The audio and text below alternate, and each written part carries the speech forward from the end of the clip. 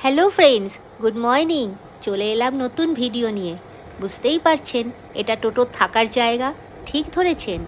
আজ ভাবলাম আপনাদের সাথে কিছু কথা শেয়ার করি। ফিশ ট্যাঙ্কের মতো এখানেও অক্সিজেন ফিল্টার দিয়ে দিয়েছি। আর যেহেতু টার্টেল জলেও থাকে, আবার জলের বাইরে থাকতেও ভালোবাসে, তাই এই অ্যাকোরিয়ামটা তৈরি করানোর সময় এরকম স্লোপিং করতে বলেছিলাম। আর একটা র্যাক করে দিতে বলেছিলাম।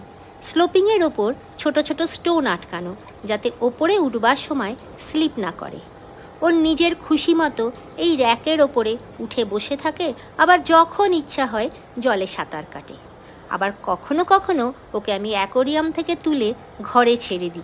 তখন যে কী আনন্দ হয় তার, সে আর কি বলবো।